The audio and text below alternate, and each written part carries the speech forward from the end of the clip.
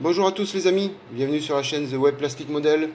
Aujourd'hui, deuxième vidéo du montage de la Dodge Viper SRT 10 ACR proposée par Evel au 1/24e. Donc la deuxième vidéo qui va concerner la deuxième partie du montage du moteur. Donc vous avez pu voir sur la première partie que j'avais préparé toutes les pièces, je les avais bavurées, retiré les lignes de moulage.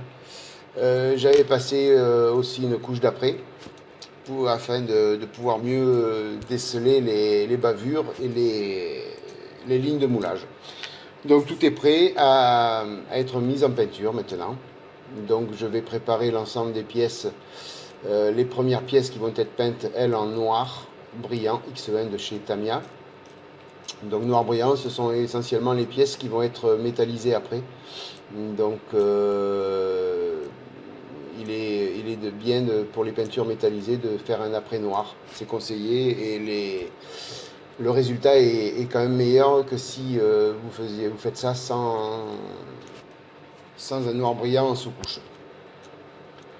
Donc je prépare toutes les pièces afin de les peindre, donc sur des bâtonnets, sur des pinces. On utilise à ce niveau-là, on utilise un petit peu tout ce que l'on peut afin de pouvoir tenir les pièces sans abîmer la peinture qui va dessus. Alors bien sûr, ça sera peint à l'aérographe.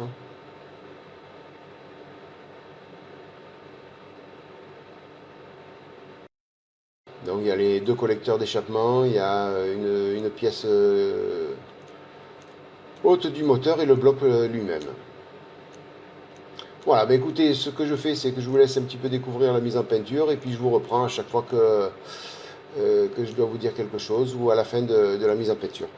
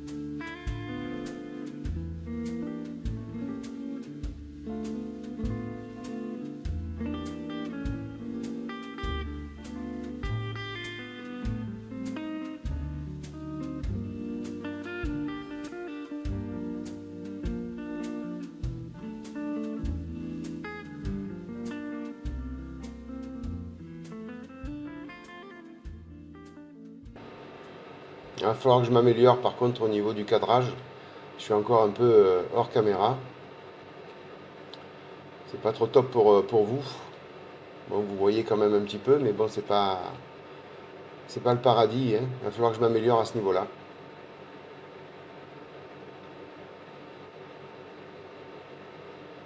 Donc j'y vais par plusieurs couches successives, hein. Je fais des fines couches afin que la peinture tienne bien et s'accroche bien à l'après. Donc je fais des multitudes de fines couches. Ça permet quand même d'avoir une peinture qui accroche bien.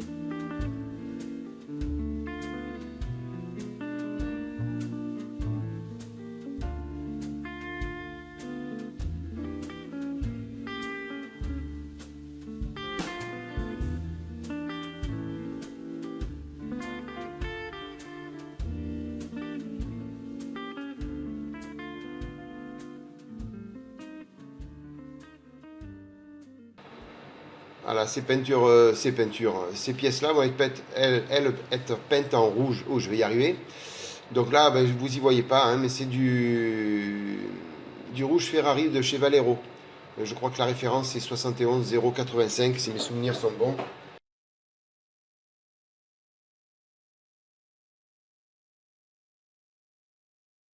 Voilà, c'est ça, hein, c'est la 71085 au niveau de la peinture Valero.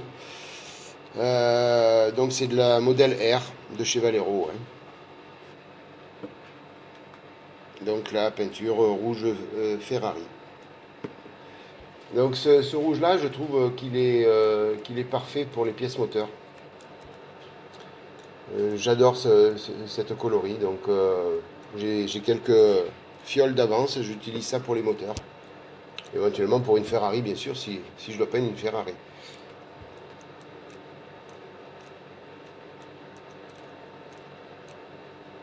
Donc là, pareil, hein, de fines couches successives, je laisse sécher, je reprends. J'essaye de ne pas faire tout d'un coup. Ça permet d'avoir quand même une peinture beaucoup plus belle et fine. Ça permet de conserver les détails des pièces aussi. Si on fait trop mouillé, c'est pas bon.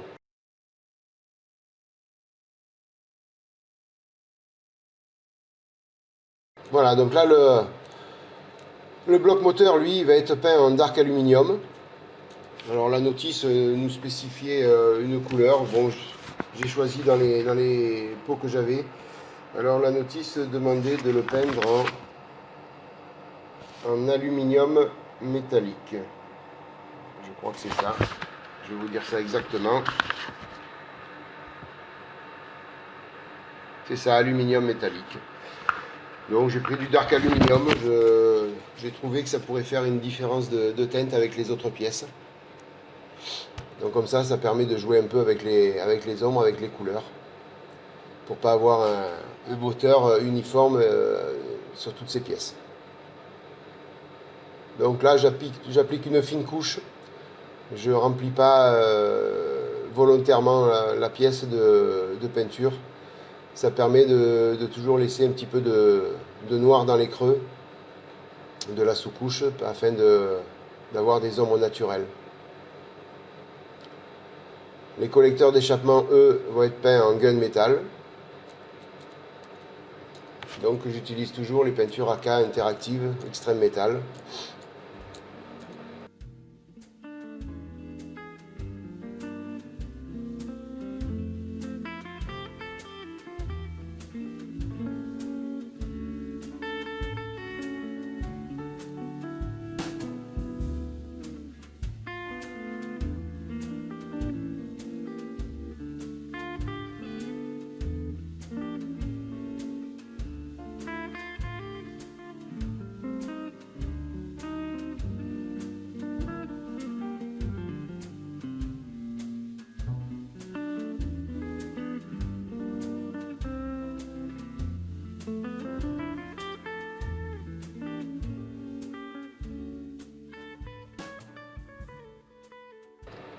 Voilà la petite pièce qui va au-dessus du moteur.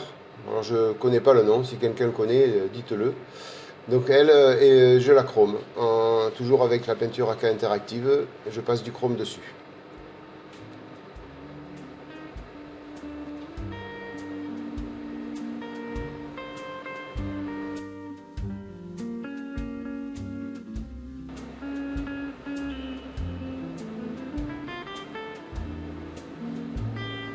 Bien sûr, toujours de fines couches, ne pas insister dessus. Il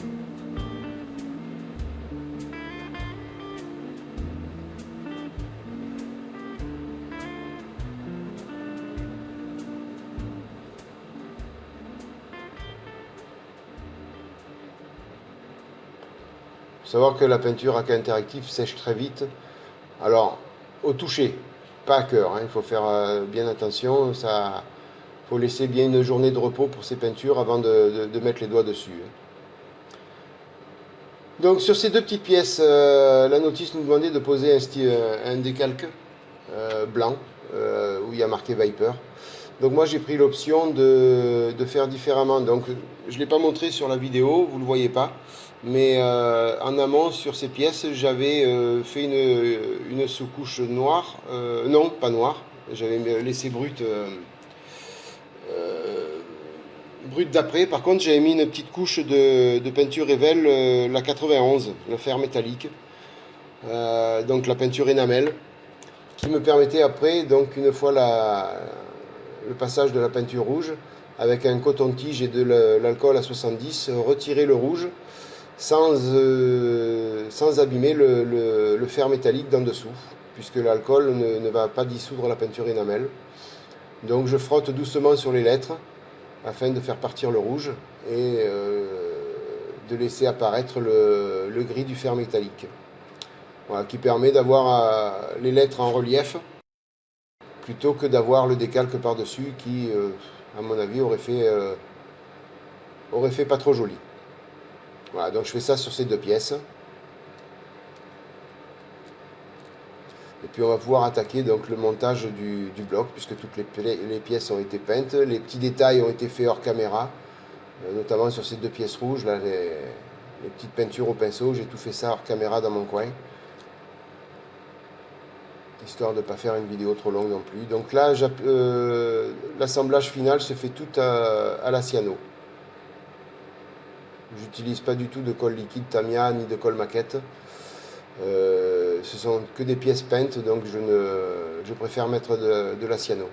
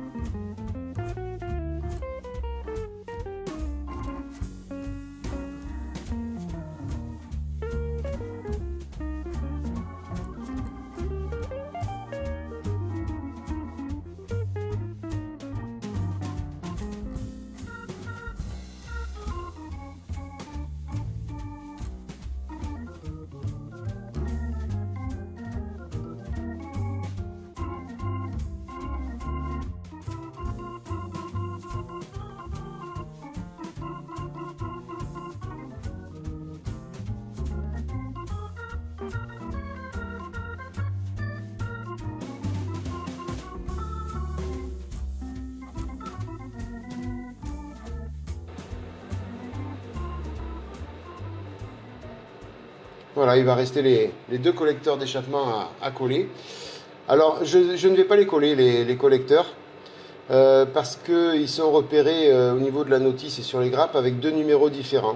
Donc certainement un gauche et un droit.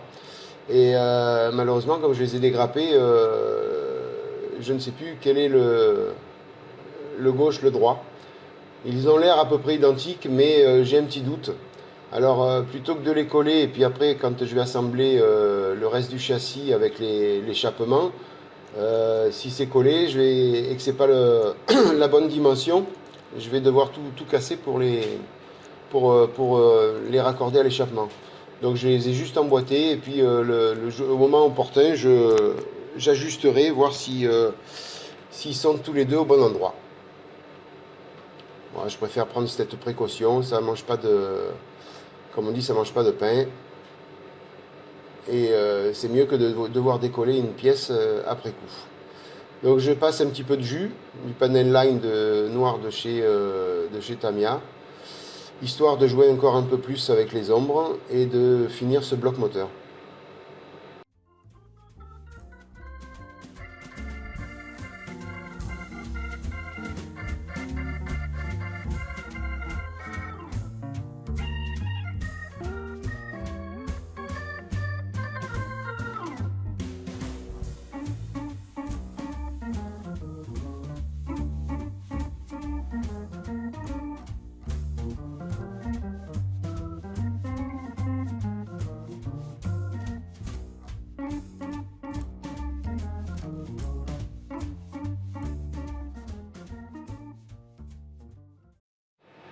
Voilà, la vidéo va toucher à sa fin.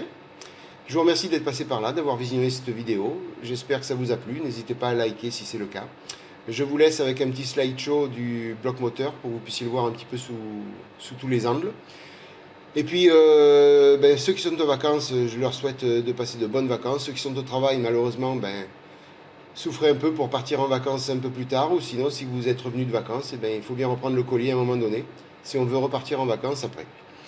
Je vous souhaite plein de bonnes choses. Je vous remercie encore de votre fidélité. Et puis, je vous dis à bientôt pour le montage de la Dodge Viper ou de la McLaren. Allez, à plus!